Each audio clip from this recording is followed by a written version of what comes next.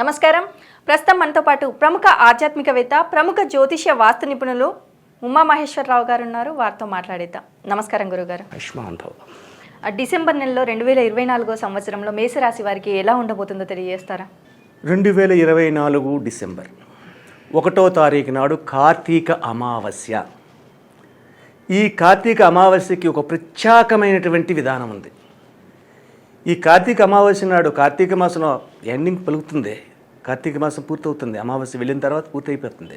అయితే కార్తీక అమావాస్య నాడు మీరు కార్తీక మాసములో ఏ ఏ విధానాలు పాటించి చేశారో ఆ ఫలితాలన్నీ అమావాస్యను చూపిస్తుంది. అంటే ఇక్కడ మనం కూడా అమావాస్య రోజు నాడు అమ్మవారిని పూజించాలి. ఈ మేషరాశి వారు అమ్మవారిని అంటే ఎవరిని పూజించాలి? దుర్గామాతని పూజించండి. మేషరాశి వారికి దుర్గామాతని కానీ లేకపోతే లలిత రాజరాజేశ్వరి మాతను కానీ ఆరాధనలో పెట్టుకోవాలి. ఆరాధనలో పెట్టుకుంటే మేషరాశి వారి మొట్టమొదటి రోజు అమావాస్య రోజు నాడే ఆదివారం వచ్చింది. ఆదివారం అమావాస్య చాలా మంచి విధానంగా ఉంది కాబట్టి ఉదయకాలాన్నే లేచి తలస్నానం చేసి, అయితే ఇక్కడ రోజు మనం చేసే తలస్నానం కాదు, అభ్యంగన స్నానం అంటారు.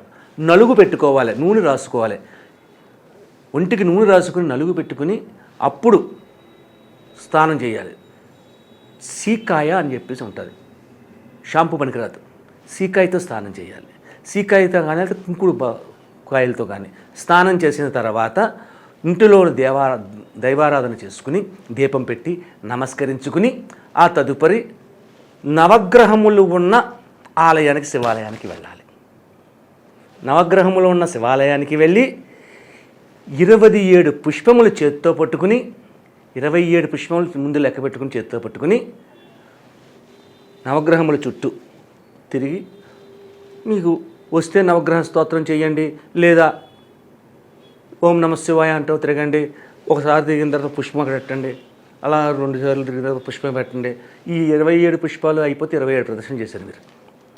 అంటే ఒకటోసారి రెండోసారి లెక్కటం కుదరదు కాబట్టి అలా చేసిన తర్వాత అక్కడ నమస్కరించుకుని శనేశ్వరుని ముందు ఒక 100 గ్రాముల నూనెను పట్టుకెళ్ళి, నువ్వుల నూనె పట్టుకెళ్ళి అక్కడ పోసి, అక్కడ ఒక నల్లటి వస్త్రాన్ని శనేశ్వరునికి కట్టి, ఆ తదుపరి అక్కడ ఒక చిన్న తమలపాకులు, చిన్న బెల్లం ముక్క నైవేద్యం పెట్టి నమస్కరించి ఇంటికి వచ్చేయడము. లేకపోతే గుడిలోనే కాళ్ళు, చేతులు, ముఖము శుభ్రంగా కడుక్కుని, శుభ్రంగా కడగాలి. తర్వాత విభూది, కుంకుమ, చందనము ధరించాలి. ధరించి శివాలయంలోకి వెళ్ళి శివునికి అభిషేకం చేయించాలి. శివాభిషేకం చేయించి ఆ తరువాత ఇంటికి వచ్చే ముందు ఒకసేపు అక్కడ కూర్చుని ఉండాలి, రామనామ జపం చేయాలి. ఆ తర్వాత ఇంటికి వచ్చిన తర్వాత ఆవాలు లేని ఫుడ్ తినాలి. మీరు తినే తిండిలో ఆవాలు ఉండకూడదు. ఆ రోజు ఆవాలు లేకుండా తినాలి. ఇది ఎక్కడ జరుగుతుంది అంటే మైసూరు చాముండేశ్వరి దేవి ఆలయం జరుగుతుంది. మైసూరు చాముండేశ్వరి ఆలయం ఉంది. ఆ ఆలయంలో ఆవాలు లేని ఫుడ్ పెడతారు. ప్రతి ఆలయానికి ఒక్కొక్క ప్రాముఖ్యత ఉంది. తిరుపతి ఉంది, తిరుపతిలో కరివేపాకు లేదు. మరి చాలాసార్లు భోజనం చేసి ఉంటారు, కరివేపాకు ఉంటుంది అక్కడ. తిరుమల కొండ మీద కరివేపాకు చెట్టే లేదు, వాళ్ళు కరివేపాకు వాడరు. ఒక్కొక్క ఆలయానికి ఒక్కొక్క ప్రాముఖ్యత ఉంటుంది. అలాగే ఈ రోజునాడు మీరు చేసినప్పుడు ఆవాలు లేని ఫుడ్ తినాలి. ఆవాలు లేని ఫుడ్ తిని ఆ తదుపరి ఈ రోజునాడు ఇంటికి వెళ్ళిన తర్వాత ఏదో కాఫీ టిఫిన్ ఏదో చూసుకుంటారు, అందులో ఆవాలు లేకుండా చూసుకోండి, సరిపోతుంది. మధ్యాహ్నం భోజనం శాకాహార భోజనమే. సాయంత్రం ఉపవాస దీక్ష. మొట్టమొదటి రోజునే ఇలాగ ప్రారంభం చేస్తే ఈ మేషరాశి వారికి వచ్చే ఫిబ్రవరి నెల వరకు కూడా ఈ ఫలితాన్ని పొందుతారు.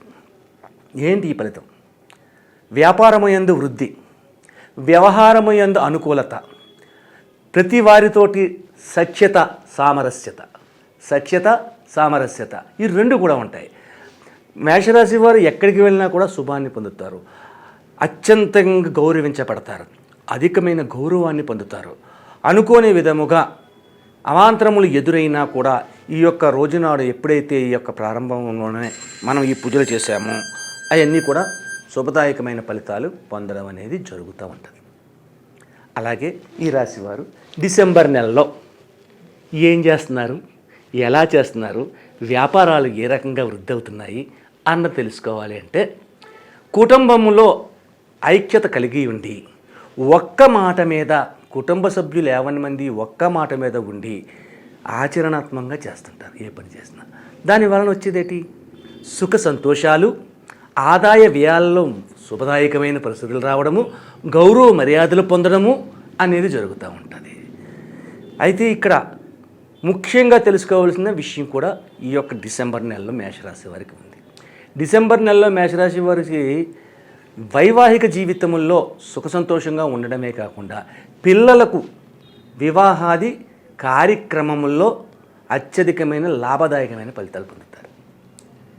అంటే చాలా కాలం నుంచి వివాహం వల్ల చేయలేకపోతున్నాం అనుకున్నవారు చేస్తారు.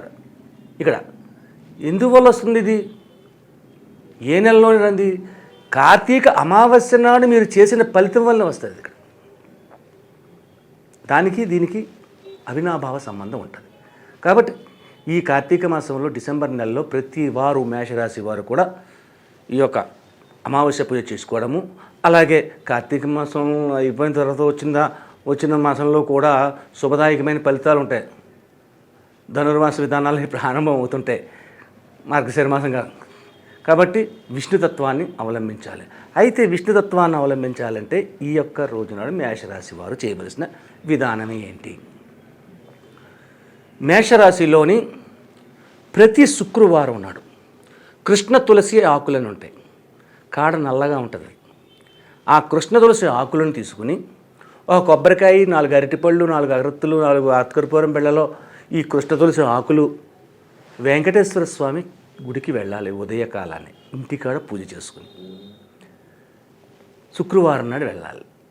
ఎన్ని శుక్రవారాలు వస్తే అన్ని శుక్రవారం నాడు వెళ్ళి అక్కడ అష్టోత్తర పూజ చేయమంటే వెంకటేశ్వర స్వామికి అష్టోత్తర పూజ చేస్తారు. అష్టోత్తర పూజ చేసిన తర్వాత గోవిందనామస్మరణ చేసుకుని అక్కడే కూర్చుని ఓ 10 నిమిషాలు తర్వాత ఇంటికి రావాలి. శుక్రవారం నాడు అష్టోత్తర పూజ చేసిన రోజు నాడు సాయం సంధ్యా సమయంలో లక్ష్మీమాత టెంపుల్కి కంపల్సరీగా వెళ్ళాలి. పొద్దున వెంకటేశ్వర స్వామి టెంపుల్కి వెళ్ళి అక్కడ లక్ష్మీదేవి ఉంది, రైతే కాదంటలేదు.